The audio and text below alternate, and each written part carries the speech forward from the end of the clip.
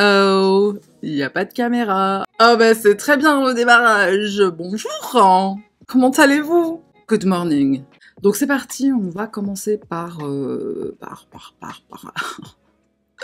Stig. Stig, des fois je me demande si tu m'aimes. Je me demande. Parce que là, le titre, je me dis, j'ai l'impression, c'est comme je me suis réveillée du lit, parce que celle-là, elle m'a réveillée direct. Le titre, il m'a réveillée direct. On va lire l'article et puis on va décider si tu m'aimes bien. Non, je déconne, je plaisante. Mais j'aime bien en fait, ça met direct dans l'ambiance true crime. Un homme arrêté pour avoir décapité une femme de sa famille et s'être enfui avec la tête. Donc ça, c'est le sous-titre du truc, quoi. L'homme a été interpellé samedi matin, 2 jours après la découverte du corps décapité de la victime à Santa Rosa, en Californie. Photo. 420, ouais, 420. Alors pour les personnes qui ne savent pas, donc je ne le savais pas non plus, 420, c'est l'heure à laquelle tu fumes de la thérapie. Les recherches pour retrouver le suspect n'ont pas été vaines. Un homme de 24 ans a été arrêté en Californie samedi matin, soupçonné d'avoir tué une femme de sa famille en la décapitant 2 jours plus tôt à Santa Rosa. Jeudi après-midi, les forces de l'ordre ont été appelées pour intervenir dans une résidence de la ville pour un soupçon d'homicide. En entrant dans l'appartement désigné par des témoins, ils constatent la présence du corps d'une femme dépourvue de tête, visiblement décapitée par son assassin. Les enquêteurs de Santa Rosa Police se mettent alors en quête du coupable. Après avoir interrogé des témoins, ils se mettent sur les traces d'un jeune homme, Luis Arroyo Lopez, un proche de la victime de 24 ans, qu'ils soupçonnent d'être parti avec la tête. Diffusant la photo de cet homme d'origine hispanique, brun aux yeux marrons, avec des tatouages sur le côté gauche de la tête, tatouage thérapeutique, les enquêtes ont lancé vendredi un appel à témoins pour tenter de retrouver sa trace. C'est chose faite depuis samedi. Le jeune homme a été localisé à San Francisco, à plus de 80 km du lieu du crime, où il a pu être arrêté dans la matinée sans que l'on connaisse les détails de cette interpellation. Les enquêteurs du Santa Rosa Police Département continuent d'enquêter activement sur cette affaire et des informations complémentaires seront communiquées ultérieurement. D'après la police, ce dernier venait de sortir de détention après avoir été condamné pour agression à main armée et possession d'armes. On ne sait pas encore si la tête de la victime a pu être retrouvée après l'arrestation. Mais j'aurais aimé en savoir un peu plus, c'est-à-dire, qui est cette personne? Pourquoi t'es parti avec la tête? Qu'est-ce que tu vas faire avec? Qu'est-ce que tu as fait avec? Les décapiteurs, c'est des mecs, ils ont encore moins leur tête que d'autres tueurs. Mais pourquoi le tatouage sur la tête? Ça, c'est un tatouage qui appelle les flics à te contrôler dès qu'ils te voient. J'ai potentiellement du cannabis sur moi. Bon, après, Californie, c'est légal. C'est vrai que c'est légal. Donc, je retire ce que j'ai dit. Mais quand même, depuis quand il a ce tatouage? Et ça coûte cher, cette merde. Et il grésille, je sais pas pourquoi. C'est peut-être parce qu'il y a mon téléphone à côté. Tiens, je vais essayer de faire ça. Ça, c'était quand même une mise en bouche quand même assez particulière. Pourquoi on coupe la tête de quelqu'un quand on tue? Je sais pas, je comprends pas en fait. Parce que c'était pas comme s'il avait coupé un morceau pour se débarrasser du corps, là, tu comprends le truc. Mais là, un cannibale, mais la tête, c'est quand même le moins chahmik. C'est là où il y a le moins de chahma, c'est là où il y a le moins de graisse, de viande, de trucs qui se consomment, quoi. Pourquoi prendre la tête? Le cerveau. C'est rempli de fer, le cerveau. Je sais pas si vous le saviez. Je le sais parce que, non pas parce que je mange des gens, mais parce que j'ai des tendances à l'anémie et manque de fer. Et donc mon médecin m'a conseillé de manger du cerveau de mouton. On y va pour la prochaine affaire. Une infirmière accusée de 2 meurtres avoue 19 autres passages à l'acte sur des patients. La suspecte, une infirmière de 41 ans originaire de Pennsylvanie, était déjà mise en examen pour 2 meurtres sur ses patients. Au total, 17 personnes dont elle avait la charge sont mortes. Une infirmière qui vous veut du bien. Les charges s'accumulent contre une infirmière de Pennsylvanie déjà accusée de 2 meurtres sur des patients dont elle s'occupait. Elle a avoué auprès des enquêteurs être à l'origine de 19 autres passages à l'acte, relatent plusieurs médias américains dont CNN. La suspecte était dans le viseur des autorités depuis le mois de mai lorsqu'elle a été arrêtée pour les meurtres de 2 hommes, 55 ans et 83 ans, morts après avoir été hospitalisés. Elle avait reconnu leur avoir injecté une dose létale d'insuline pendant son service dans un établissement de soins de la ville de Chicora, à l'est de l'État. Jeudi, ce sont 19 autres patients de cette femme qui ont été recensés par les autorités de l'aveu de la mise en cause elle-même. Elle aurait tenté de s'en prendre à eux entre 2020 et 2023 dans 5 établissements de santé différents. Au total, ils sont 17 à être morts après avoir été pris en charge par l'infirmière. Selon les procureurs qui dirigent les investigations, la quadragénaire s'occupait régulièrement du chariot de médicaments. Elle administrait de l'insuline pendant la nuit, lorsque le personnel était moins nombreux et que les locaux étaient calmes. Lorsqu'elle sentait qu'un patient allait survivre, il lui arrivait même d'injecter une seconde dose pour l'achever, détaille la procureure. Ce sont ses collègues qui ont fini par trouver son comportement douteux, tout comme les décès survenus pendant ses gardes de nuit, alertant la direction. Jusqu'à présent, la suspecte s'est montrée coopérative avec les autorités depuis le début de l'enquête. Selon ses avocats, l'objectif est d'éviter d'être condamnée à la peine de mort, explique CNN. Dans l'attente de son procès, l'infirmière a été placée en détention provisoire au sein de la prison du comté de Butler. Pourquoi les gens font ça? Pourquoi tu tues des gens, t'es censé les soigner? Il y a des médecins qui sont comme ça aussi. Et il y a des infirmières qui te font des piqûres. Les piqûres terminus. Tu descends là, c'est terminé. On y va pour la prochaine affaire. Une infirmière condamnée pour la mort de 2 patients après leur avoir injecté des substances inutiles. Ah. Inutile, ça dépend de quel côté tu te places. Une infirmière anesthésiste américaine vient d'être condamnée pour la mort de 2 patients tués en 2002. C'est une affaire dont les faits remontent à plus de 20 ans. Vendredi 18 août, Jennifer Hall, une ancienne infirmière de 42 ans, a été condamnée à la réclusion criminelle pour avoir tué 2 patients. Les victimes pour lesquelles elle vient d'être condamnée ont été tuées au sein du Hedrick Medical Center, dans le Missouri, où travaillait l'accusé. Fern Franco, âgé de 75 ans, et David Wesley Harper, 37 ans, ont reçu de l'insuline et un puissant relaxant musculaire sans avoir eu de prescription médicale. Photo. Au total, 9 patients sont morts de manière suspecte au sein de ce centre hospitalier entre décembre 2001 et mai 2002, alors que Jennifer Hall y était salariée. Au cours de ces 5 mois, 18 arrêts cardiaques ont été dénombrés, un nombre supérieur à la moyenne habituelle. Le personnel médical s'était alors montré méfiant à l'égard de la jeune femme, qui était le dénominateur commun de chaque arrêt cardiaque. Suspendue en mai 2002, Jennifer Hall avait nié toute responsabilité. Une enquête avait alors été ouverte, mais il a fallu attendre 20 ans pour que les autorités rassemblent suffisamment de preuves pour l'inculper. C'est une analyse du corps de la victime, Fern Franco, qui a permis de révéler qu'elle lui avait injecté des substances. Elle a ensuite été poursuivie pour meurtre l'année dernière. L'enquête a également permis de dévoiler qu'elle avait déjà été reconnue coupable d'incendie volontaire dans un autre hôpital, avant d'être acquittée en appel en 2001. L'année dernière, la quadragénaire avait marqué les esprits en se présentant lors d'une audience avec un pull où il était écrit « Je m'en fous ». Insinuant qu'elle continuait de nier les faits, Jennifer... Ah bah d'où le titre en fait, oh, merde. Jennifer Hall a finalement plaidé coupable pour espérer avoir une réduction de peine. À l'issue de l'audience, elle a été condamnée à 18 ans de réclusion criminelle. Pourquoi ils ont mis 20 piges à collecter les preuves? I don't understand. Ça c'est l'hôpital en question, encore un ange de la mort. Je trouve que c'est pas beaucoup de personnes qui sont mortes avant qu'elles se fassent choper. Je sais plus, j'avais vu un documentaire sur une affaire comme ça, je crois que c'était un mec infirmier. D'ailleurs, il y a eu une série sur Netflix et tout. Et lui, je crois qu'en fait, c'était un délire comme ça. En fait, t'as pas de preuves, donc tu peux pas les condamner. Donc tu peux pas les virer. Donc tu peux pas les suspendre. Enfin, t'es bloqué en fait. Et le personnel de l'hôpital, en fait, au moment où t'es signalé, s'il y a eu plusieurs décès, l'enquête va très vite et ça va très vite. Mais s'il y en a eu que 2, et du coup là, je pense que c'est le cas de cette meuf-là, vu qu'il y a eu que 2 personnes qui ont été décédées, je pense que c'était du coup beaucoup plus difficile de prouver et de récolter les éléments. Et bon, 20 ans, c'est quand même long, je trouve. Hein.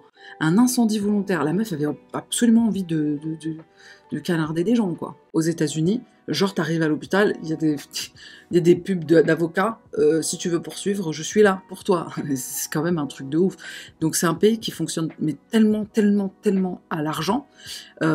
Avoir une mauvaise publicité comme ça d'une infirmière qui a commis des trucs, surtout s'il y a plus de décès que genre 1 ou 2, c'est de la très mauvaise publicité pour l'hôpital et ils sont prêts à payer de l'argent. Ils ont des assurances exprès, hein. Ils sont prêts à payer énormément d'argent rien que pour éviter la mauvaise publicité. Et ils préfèrent, tu vois, mettre la poussière sous le tapis que de passer l'aspirateur et la serpillière. Ce qui prend un petit peu plus de temps quand même. Alors on y va pour la prochaine. Nancy McKinnon a profité de son rôle d'adjointe administrative pour se servir à volonté dans les comptes de son employeur Béton Concept AM entre 2012 et 2015. Avec les cartes de crédit et de débit de la compagnie, elle s'était offert des voyages, une robe de mariée, ainsi que la location d'une salle de réception pour ses noces. Responsable de la comptabilité, elle s'était aussi accordé des augmentations de salaire, tant qu'à faire. Accusée de 3 chefs de fraude, Nancy McKinnon a plaidé coupable. Elle espère éviter la prison, mais a plutôt pris le chemin des cellules au palais de justice de Longueuil.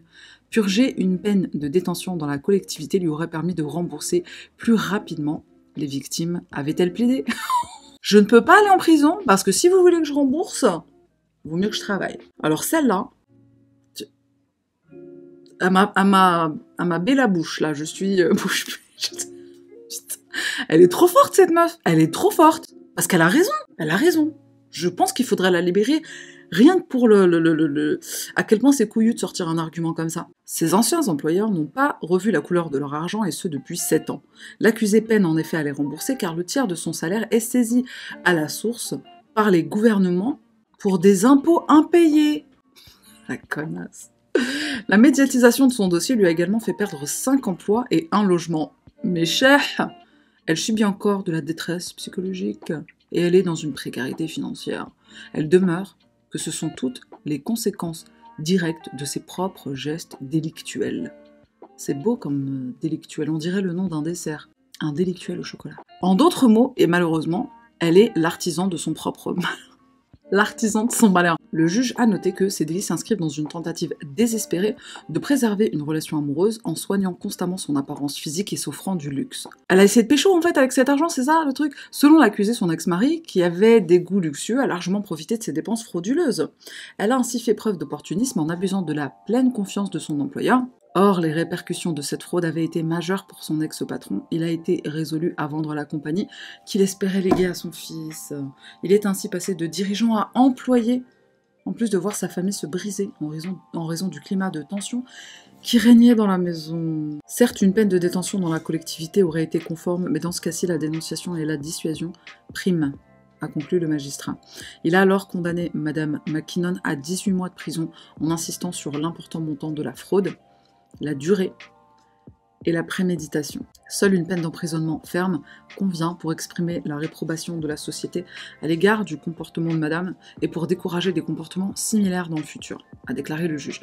Nancy McKinnon devra rembourser, devine combien elle a pris? Elle devra rembourser près de 250 000 $ canadiens d'ici 10 ans. Si elle fait défaut, elle risque une peine de détention supplémentaire de 3 ans. Cher. Non seulement ça a brisé sa famille, donc je pense qu'il a peut-être dû divorcer ou quoi. Et en plus, société, voilà, qui comptait léguer et tout, Msken. Elle l'a détruit, le mec, quoi. Mais ça me fait mal au cœur pour ce mec. La meuf, en fait, le pire, c'est que c'est écrit son ex-mari, donc ça veut dire que la meuf, elle est même plus avec lui. Déjà, donc je pense qu'il ne savait peut-être pas qu'elle volait, hein. Je pense qu'il pensait peut-être qu'elle était juste bien payée, qu'elle travaillait dans une bonne société et tout. Je rote en micro off, hein, quand même, pour vous respecter. Il devait avoir une assurance, et c'est ce que je me suis dit, en fait, mais une assurance à cette hauteur-là, ça devait être un petit business familial, ça devait pas être un gros truc, une grosse boîte, voilà. Entre 2012 et 2015, en 3 ans, elle a pris 250 000 balles. Divise-moi ça par 3 x 12, ça fait combien? 36? 250 000 divisé par 36. Ça fait 7 000 balles par mois. En fait, sur une société qui rapporte quand même, tu vois, 7 000 balles, ça peut passer. Mais ça fait quand même beaucoup. C'est le pauvre patron, là, je suis dégoûtée pour lui. Une ex-secrétaire qui avait volé 250 000 $ à son employeur pour payer son mariage et des soins de beauté, et pour assouvir ses goûts luxueux, a échoué à obtenir la clémence du tribunal et a dû prendre le chemin de la prison. Elle est belle cette phrase, c'est vrai. Elle a fait des spas, la meuf, des spas, des massages, un mariage. Tu te rends compte qu'elle a payé sa salle de réception. La robe, là, c'est le patron qui a payé. Le costume, peut-être aussi de son mari. Et elle est même plus mariée avec lui. Elle a essayé de le retenir avec de l'argent, si on en croit l'article. C'est rare que les meufs, elles essaient de retenir un mec avec de la thune. C'est plus rare que dans l'autre sens, en vérité. Au moins, elle sera belle pour la prison. Elle aura une peau fraîche, des pores, non dilatés. Elle sera fraîche pour la zone, ça va peut-être se trouver une gonzesse, là-bas. Alors, on y va pour... Je continue pour la prochaine. Posez le popcorn. Près de 300 000 adultes américains se rendent annuellement aux urgences en raison de la présence de divers objets dans des parties insolites de leur anatomie, selon une nouvelle analyse des centres de prévention et de lutte contre les maladies, le fameux CDC. En 2021, 277 922 résidents des États-Unis, près de 300 000 personnes, ont dû se présenter à l'hôpital parce qu'un corps étranger était coincé dans leur cœur. On n'a pas de photos ? Merde! Mais il me semblait qu'il y avait des photos. Parmi les objets retrouvés dans les corps de ces Américains, on compte notamment des épées en plastique. What? Des bâtons lumineux, donc hashtag Star Wars, là, coincés dans les oreilles. Ah ouais, d'accord, des bâtons lumineux dans les oreilles. Des aimants dans les narines, ça va encore, c'est soft. Ainsi que des couteaux à steak et des manettes de jeux vidéo enfoncées dans la gorge. So fuck. Comment tu mets une manette de PlayStation dans ta bouche? Dans ta gorge, pardon. C'est même pas la bouche, là, c'est la gorge. C'est pour éclairer les cavernes. Un couteau à steak. Il était où, le couteau à steak? Parce qu'un couteau à steak, ça coupe. Très bien. Trop bien. Au niveau rectal, la moitié des objets coincés sont des jouets sexuels. Mais qu'est-ce que l'autre moitié? Moi, je veux savoir. De nombreux autres articles plus étranges ont été retrouvés, tels que des billes. Ça va, ça me choque pas trop. La fille qui a tout vu déjà sur cette terre. Des bouteilles et divers déchets. Ah, mais j'aurais voulu plus de détails. Hein. Chaque année, 4000 adultes américains sont hospitalisés pour déloger un objet coincé dans leur postérieur. Les citoyens des États-Unis sont également nombreux à s'insérer, sans réussir à les retirer, des objets dans leur partie génitale. Clés de voiture, fil USB figurent parmi les éléments les plus souvent découverts dans les pénis des patients.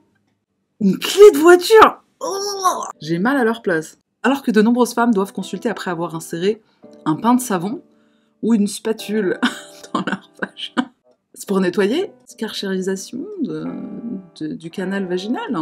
Les objets coincés dans le corps constituent la 9e cause de blessure accidentelle la plus répandue parmi les patients américains se rendant à l'hôpital. Chacune de ces... ça fait cher le fun sexuel, hein. Chacune de ces hospitalisations coûte en moyenne 5 000 $ américains, soit plus de 6 800 $ canadiens. Mais comment ça leur vient cette idée de dire tiens, je vais mettre quelque chose dans le zizi? Pourquoi dans le zizi? C'est plaisiratif?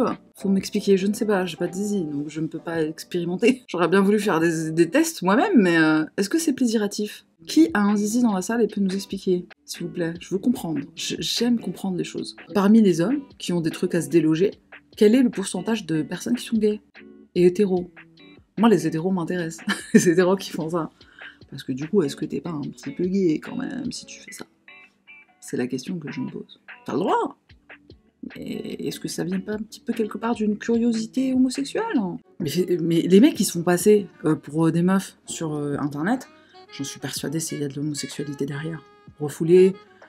Curiosité, ça s'appelle juste la curiosité, et puis après, voilà, tu retournes chez... Voilà. Quelqu'un d'autre a une explication à me donner sur ce genre de... sur ce phénomène de mecs qui se font passer pour des meufs? Faut juste... Dis-moi. Vas-y, je veux bien te croire. Mais à part cette raison-là, j'en vois pas d'autres, en fait. La prochaine affaire nous emmène en Russie. Une mère russe, contrainte d'élever seule ses 22 enfants, en raison de l'incarcération de son époux, rêve néanmoins d'avoir 105 petits héritiers. Kristina Ozturk, 26 ans, qui vit à Batumi en Géorgie, a accouché d'un enfant qu'elle a eu avec son époux, le riche homme d'affaires Galip Ozturk, 58 ans. 26 ans, 58 ans. La mort n'a pas d'âge. Le couple a également ajouté 21 poupons à son clan via 21 mères porteuses. Ah, c'est leur biologie. Le tout leur a coûté plus de 225 000 $ canadiens. À ce montant s'ajoutent les quelques 112 000 $ qu'ils dépensent annuellement en gardienne à temps plein. Mais si tu les fais garder, ça sert à quoi? Pourquoi tu les as fait? Ayant déjà déclaré vouloir avoir 105 enfants, les amoureux ont vu leur rêve être ralenti. Juste un petit obstacle. Le 31 mai dernier, Galip Ozturk a été incarcéré pour avoir falsifié des documents et blanchi de l'argent. Tiens. Ce dernier purge actuellement une peine de 8 ans de prison. L'homme d'affaires turc avait fui son pays en 2018 pour échapper à une peine de prison à vie, dont il a écopé pour le meurtre d'un homme en 96. Et avec ça, tu veux créer un clan de 105 personnes. Privée de son mari, Kristina Ozturk affirme trouver la vie plus difficile depuis qu'elle doit prendre soin de sa grande famille seule. avec les 12 000 nannies. Le sentiment de solitude ne me quitte jamais, malgré un aussi grand nombre de proches autour de moi. Se fout de la gueule du monde, celle-là, là. Bon, après, c'est une solitude masculine, c'est pas la même chose. Maintenant, c'est plus difficile que jamais. Je ne peux plus supporter le silence. Et son absence. Mais t'as pas de silence, t'as 12 000 gosses. Je ne peux plus dormir et je me réveille seule la nuit. Elle a un nouveau-né. T'es une grosse mytho, Christina. Excuse-moi. Vidéo.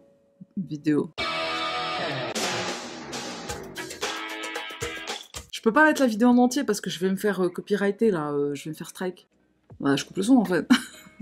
Je peux me faire copyright, là, à cause de la musique. Donc, j'enlève, mais comment t'es seule avec tous ces enfants? Comment ça crie pas dans ta maison? Ils sont muselés? Je me sens seule. Y a pas de bruit chez moi, j'entends les mouches voler. Ah, c'est dur, la solitude. Ils sont mignons, les enfants, ils sont trop cute. Comment tu peux donner de l'amour à ex-aequo avec tous tes enfants? Leur donner du temps. C'est les nannies qui les élèvent, là, en fait. Là, c'est pas toi. Tu supervises le truc. C'est quoi? C'est une société, en fait, que t'as là. C'est pas des gosses, hein, c'est une société. Si t'es là juste pour superviser le truc et dire aux nannies ce qu'elles doivent faire, c'est elles qui vont aimer tes gosses. C'est les nannies, c'est pas toi. Enfin, si, toi, mais bon, à distance, quoi. Ah ouais, c'est la daronne, maman. En fait, ça, c'est une meuf, elle veut avoir une retraite de psychopathe. Parce que compte bien, 105 enfants qui ont un salaire, même s'ils donnent que 50 balles par personne, tu vois, par mois à leur mère, une fois qu'elle prend leur retraite, c'est-à-dire dès que les premiers atteignent leurs 18 ans. On va faire des calculs aujourd'hui. 105 multiplié par 50 €, ça fait par mois, là, 5000 balles. Juste 50 € que t'enlèves de ton salaire, que tu donnes à maman. 5000 €. C'est très bien. C'est une astuce excellente, hein, son truc-là. Alors, est-ce que je fais celle-là? Celle-là, le titre m'appelle bien, là. L'appel du diable. Forcément. J'ai envie de savoir qu'est-ce qu'il a. Allô, c'est moi? Attends, j'ai besoin de toi. Alexis Ware, une femme de Caroline du Sud, disparaît après avoir dit à sa mère que le diable n'arrêtait pas d'appeler. Mon enfant me manque tous les jours, a déclaré Albert Simpkins à propos de sa fille disparue. Je n'arrête pas de demander à Dieu de m'envoyer un indice. Le même week-end, une mère de 2 enfants en Caroline du Sud a mystérieusement disparu et elle a confié à sa mère que le diable n'arrêtait pas de l'appeler. C'est une affaire de disparition? Alexis Ware, 29 ans, n'a pas dit à sa mère, qui, selon elle, était à l'origine des appels téléphoniques bloqués incessants, qu'elle avait reçu tous les week-ends, se référant seulement à l'appelant par ce surnom inquiétant. Mais il semblait clair que Alexis avait peur, selon un nouvel épisode du podcast Dateline Missing in America. La mère d'Alexis, Alberta Simpkins, a déclaré à la correspondance de Dateline que sa fille pensait que quelqu'un la suivait. Ah ouais, d'accord. Elle a également fait une sombre prédiction concernant son prochain anniversaire, peu de temps après son arrivée au domicile de sa mère pour un week-end de visite en janvier. Elle est arrivée vendredi soir, je nourris ainsi que les enfants, et elle s'est simplement allongée et s'est endormie, se souvient Simpkins. Et puis samedi, elle me disait qu'elle n'avait pas l'impression qu'elle allait fêter ses 30 ans, putain.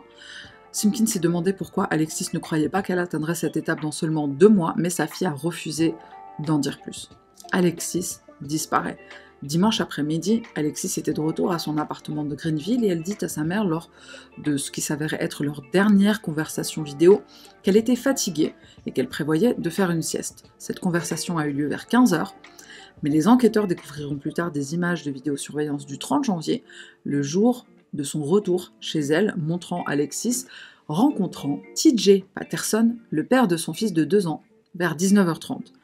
Dans une station-service près de l'autoroute 29 à Anderson, en Caroline du Sud, à environ 40 miles de son domicile. Il semble qu'Alexis ait rencontré Patterson pour lui confier son fils et sa fille de 9 ans, bien que sa mère affirme ne lui avoir jamais parlé de cette réunion à la station-service. Malheureusement, une grande partie de la vidéo a été bloquée par une semi-remorque qui apparaît. Mais on peut voir qu'ils sont tous les deux dans leur véhicule séparés et il ne semble pas y avoir de lutte ou quoi que ce soit de grave, a déclaré le sergent du shérif du comté d'Anderson. Le shérif déclare que Patterson avait déclaré plus tard aux enquêteurs qu'Alexis avait prévu de le suivre jusqu'à la maison de sa mère. Les images montrent les 2 voitures quittant le parking et allant dans la même direction, mais le véhicule d'Alexis accélère soudainement et s'éloigne de Patterson. La seule histoire sur laquelle nous devons vraiment nous baser est celle du père de son enfant, a déclaré Travis Ware, le frère d'Alexis, et je n'ai pas l'impression qu'il lui a fait physiquement du mal, mais j'ai l'impression qu'il en sait plus que ce qu'il dit. Patterson a refusé d'être interviewé pour le podcast. La voiture d'Alexis a ensuite été repérée dans un complexe d'appartements à Anderson plusieurs fois la même nuit, mais le shérif a refusé d'entrer dans les détails. Aucune personne d'intérêt n'a été nommée dans cette affaire et Anderson a déclaré qu'ils étudiaient toutes les possibilités. Anderson, c'est le shérif. Mais non, ils se sont trompés, je crois. Et le shérif a déclaré qu'ils étudiaient toutes les possibilités. C'est l'article qui s'est trompé, c'est trop débat. Y a-t-il eu des mises à jour concernant Alexis Ware? En janvier 2023, le bureau du shérif du comté d'Anderson déclare que TJ n'est plus considéré comme une personne d'intérêt. Plusieurs pistes suggèrent qu'il n'a aucune implication dans la disparition de la mère des 2 enfants. Donc apparemment, alors ça, là c'est mal traduit, mais apparemment alors à travers des kilomètres de terrain, appui aérien, unités canines, pour recherche de cadavres, équipe de recherche et de sauvetage. D'innombrables heures d'interrogatoire, d'entretien et d'enquête continuent de révéler des informations inestimables. Aussi récemment que la semaine dernière, nous recevons malheureusement des centaines de fausses informations que les détectives doivent mettre du temps à éliminer. Ces farces gaspillent non seulement des ressources, mais donnent à la famille un sentiment d'impuissance. Nous apprécions toute information concrète et factuelle de la part de la communauté et demandons de la compassion envers la famille d'Alexis. Simpkins, donc sa mère, pour sa part, ne croit pas que Patterson est impliqué, donc le père des enfants de sa fille. Elle revient sans cesse sur les conversations qu'elle a eues avec sa fille ce week-end, quand elle a dit qu'elle craignait d'être suivie et de recevoir des appels téléphoniques incessants. Je me suis creusé la tête pour essayer de comprendre ce qui a pu arriver à mon enfant, a-t-elle déclaré. Vous savez, il y a beaucoup de rumeurs et de spéculations en cours, mais je me demande simplement si c'était un harceleur, un stalker. Au moment de sa disparition, Alexis envisageait de déménager avec ses enfants à Atlanta pour ouvrir une boutique et commencer une vie meilleure pour ses enfants. Elle était également présente activement sur les réseaux sociaux pour souligner sa passion pour le mannequinat et la mode. Mais Alexis avait dit à sa mère qu'elle avait été dérangée par des messages non sollicités de ce qu'elle appelait des hommes effrayants.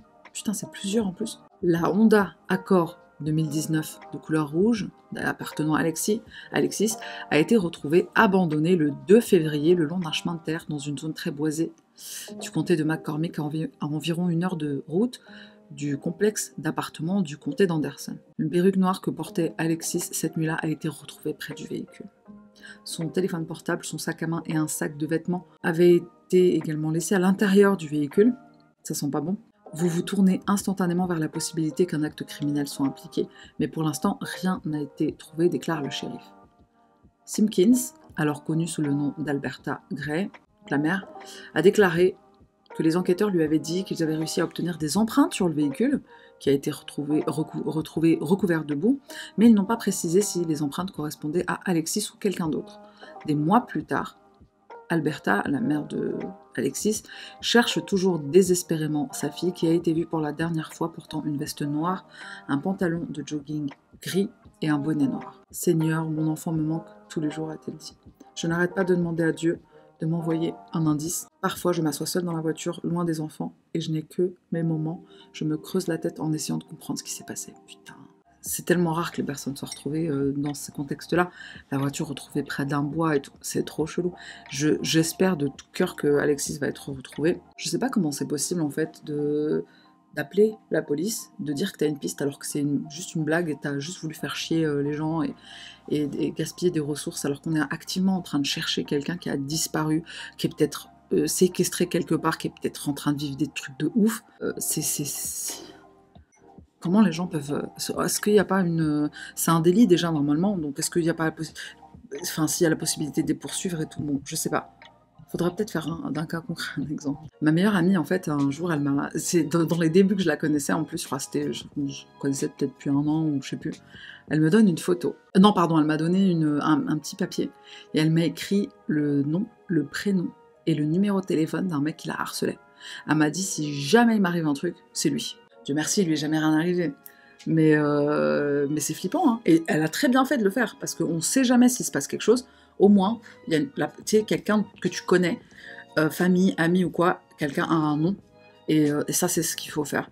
Donc, si jamais quelqu'un se fait harceler, stalker, faut que tu en parles à au moins une personne de confiance, quelqu'un qui t'est proche, où tu laisses un journal intime avec tes infos, quoi.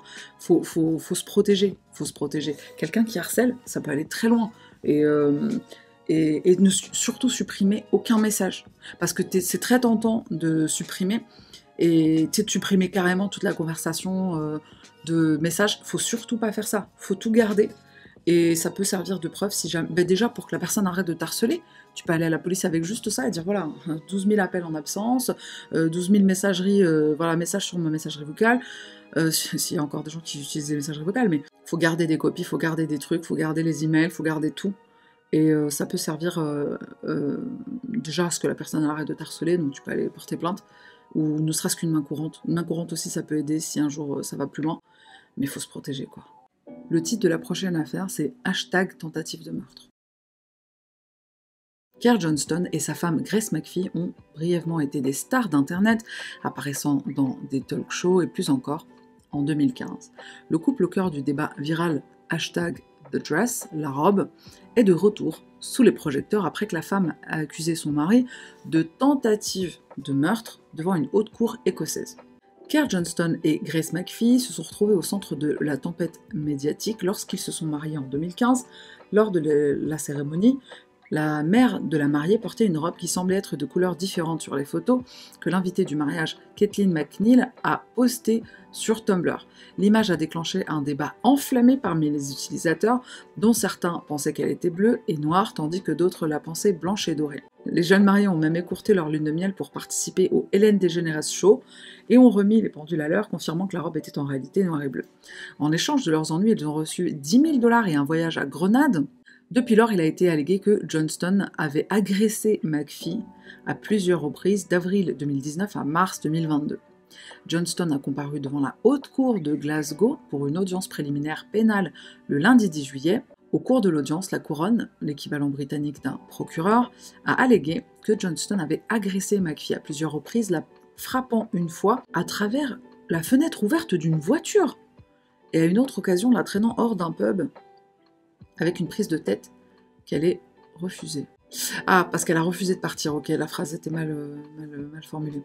La couronne allègue entre autres que Johnston a menacé de tuer McPhee à leur domicile de l'île de Colonsay le 6 mars 2022 lorsqu'il l'a plaquée au sol et l'a étranglée à plusieurs reprises avant de lui tenir un couteau contre la gorge. Johnston est également accusé d'avoir exercé un contrôle coercitif sur McPhee en l'isolant de ses amis, de sa famille, ainsi qu'en limitant sa liberté financière. Johnston a nié toutes les accusations et devrait comparaître devant le tribunal pour une autre audience pénale avant un procès qui devrait commencer en 2024.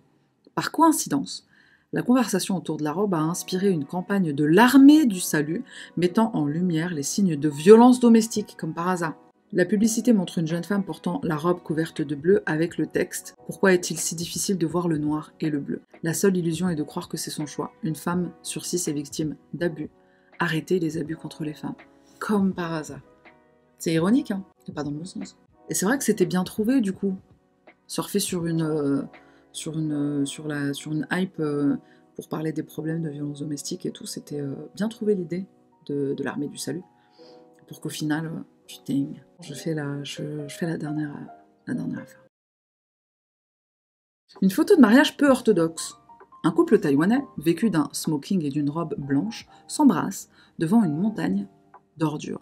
La mariée, soucieuse de l'environnement, espère ainsi décourager ses invités de produire des déchets inutiles. Pour leur mariage écologique, prévu en janvier prochain, Iris Suet, militante de Greenpeace, et son fiancé ont demandé à leurs invités de venir avec leurs propres récipients pour emporter les restes alimentaires. Vidéo. Ils sont sublimes. 我们自己的婚礼是办环保婚礼，那希望宾客是自备环保餐具来装喜饼跟装菜尾。其实一开始只是想说放在我的 FB、我的 IG， 还有我的。然后如果宾客不愿意自备餐盒的话，我们就会拿照片给他看，说你看垃圾真的很多，你真的不考虑一下吗？有带餐盒，对，是没有想到说会造成这么大的轰动。Qui se marierait dans une décharge publique pour préserver la planète? Je trouve que c'est une bonne initiative. Déjà, même si c'est à la petite échelle de son mariage et de ses convives, déjà c'est bien, ça va faire réfléchir certaines personnes. Le fait que ça fait sensation comme ça sur internet et tout, c'est très bien. Un mariage nudiste, ça c'est vraiment écolo. Pas de make-up, pas de robe, pas d'achat, pas de chaussures, pas de rien. L'odeur c'est pas possible, je pourrais pas. J'ai même pas pensé à ça. Mais dans une décharge, est-ce que ça pue forcément? Est-ce qu'il n'y a pas un côté déchets ménagers, la bouffe et tout, et un côté électroménager? Parce que du coup, tu peux te marier sur l'électroménager. Je pense que c'est vraiment le truc qui me revient toujours en tête quand je quand je parle planète, environnement et tout, c'est l'obsolescence programmée. Quand j'ai découvert cette expression à l'école, il y a fort longtemps, j'avais... Non mais mon cerveau s'est arrêté. Mais comment ça, tu programmes que le truc va s'arrêter de fonctionner pour faire de la thune? Et je me suis imaginé une dystopie. Tiens, d'ailleurs, ça pourrait être une idée pour une des nouvelles qu'on va écrire ensemble. Une dystopie, tu sais, où on serait dans un monde où il n'y a pas d'obsolescence, en fait. L'obsolescence n'a jamais existé. Tu sais, un univers parallèle de ce qu'on connaît. L'obsolescence programmée n'existe pas parce que c'est tout simplement ridicule. On pourrait avoir ça en fond, tu vois. T'as la même machine à laver toute ta vie, le même frigo toute ta vie. Ah ouais, alors les corps dans les déchetteries, c'est comme notre petit Daniel Sancho, là, petit espagnol, fils de star des bars. La dernière fois, j'étais sur Netflix avec Justin, et on cherchait un film d'horreur à regarder, et je tombe sur un film, je dis tiens, cette devanture, elle me dit quelque chose. Donc je clique, on commence à le regarder, et là je reconnais direct une scène, je dis oh, c'est le film du père de Daniel. Et en fait, le père de Daniel Sancho était dans ce film, donc ce film est disponible sur Netflix, je sais plus comment ça s'appelle, mais donc le père de Daniel Sancho, je le vois, et je dis putain, tu te rends compte, bébé, que lui là, son fils il a tué quelqu'un en Thaïlande, pour de vrai dans la vraie vie. C'était choquant quand même de voir un film comme ça, de se dire putain, le fils de cet acteur a tué quelqu'un dans la vraie vie, il l'a découpé en morceaux et il l'a jeté dans une déchetterie. Merci à toutes les personnes qui ont été présentes aujourd'hui. Prenez soin de vous et de vos proches et bon appétit.